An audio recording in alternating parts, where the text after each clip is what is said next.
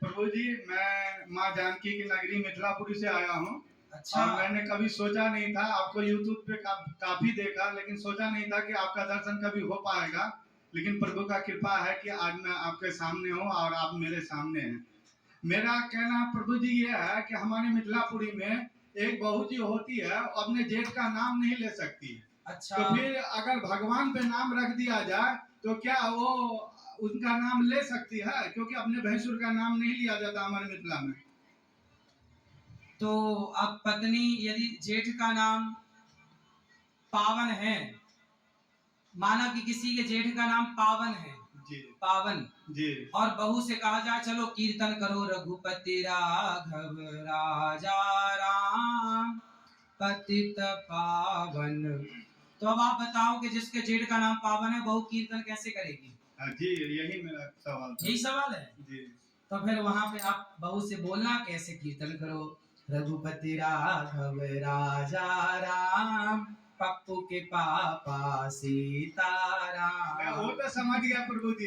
अगर मान के चलिए कि अभी वो इस्कॉन से जुड़ी हुई है, उनका मंत्र है हरे कृष्णा कृष्णा कृष्णा हरे हरे, हरे राम राम राम हरे हरे। हाँ। और उनके जेठ का नाम हुआ कृष्णा और राम, तो क्या करेगी? लो ये बात तो पूरी। तो उसके बच्चे का नाम क्या है जेठ के लड़के का? जेठ हमारे मिथिला में भगवान के ऊपर नाम रखा नहीं, जाता नाम तो अच्छा है। हाँ।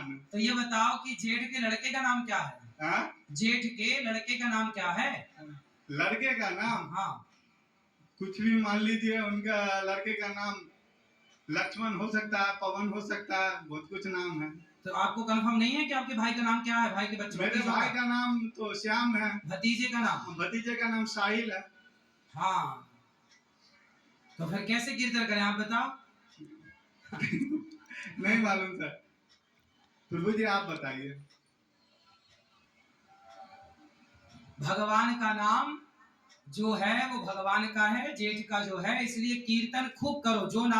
जो कीर्तन है हरे कृष्ण तो हरे कृष्ण ही जपना है। जेठ का नाम तो बाद में पड़ा, भगवान का नाम तो कृष्ण पहले से है, राम पहले। तो ऐसे ही करना चाहिए, हरे कृष्ण कृष्ण कृष्ण हरे हरे।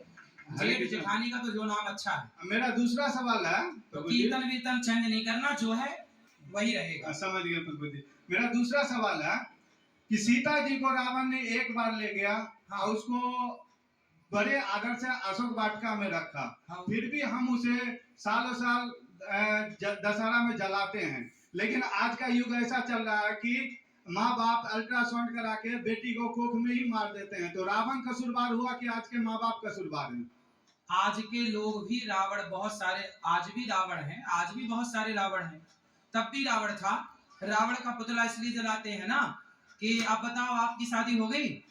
जी मेरी शादी हो गई। और आपकी पत्नी को कोई चुरा के ले जाए जी, तो आप क्या करेंगे उसके साथ? उसकी आरती उतारेंगे? वो बात हम बताए ना, ये एक बार गलती किया तो उसे सालों साल पनिशमेंट मिल रहा है। हाँ। चूंकि बड़ा है, रावण मूर्ख नहीं था, रावण विद्वान था और एक क्षेत्र का, एक जगह का, एक देश का राजा था। और राजा जब गलत करता है तो प्रजा उसका आचरण सीखती है। तो प्रजा को दंड कम दिया जाता है, राजा दंड ज्यादा पाता है, बड़े को ज्यादा दंड दिया जाएगा। अच्छा बताओ, कोई चोर चोरी करता है तो चोर चोरी करता है तो भाई अनपढ़ है, मूर्ख है, गंवार है तो चोरी करता है। आप उसे चोरी करते पकड़ोगे ना तो 2 थप्पड़ मार के छोड़ दोगे, है ना? लेकिन कोई बड़ा चोरी करेगा, नाम वाला व्यक्ति, बड़ा जिस पर संसार भरोसा विश्वास करता होगा, वो चोरी करेगा, वो आपके विश्वास को तोड़ेगा तो उसका दंड ज्यादा होगा ना। तो रावण विद्वान था और विद्वान होकर, समझदार होकर, राजा होकर, जिसके वश में देवता थे, वो रावण गलती करेगा तो उसकी गलती क्षमा न होगी। युगों युगों तक उसकी गलती याद की जा रही है कि उसने पराई औरत को क्यों चुराया। अरे सामान्य आदमी चुरा ले किसी औरत को और उसके साथ दुराचार करे तो समझ में आता है कि ये तो मूर्ख है, अज्ञानी है, उसे तो दंड दे दिया जाएगा, फांसी दे दी जाएगी, बात खत्म। पर रावण जैसे विद्वान, समाज ने रावण जैसों से उम्मीद नहीं करी थी। आप पे उम्मीद है हमारी, विश्वास है हमारा, और आप गलत करेंगे तो फिर आप दंड के भागीदार बनेंगे। रावण छोटा मोटा आदमी नहीं था, समझो आप।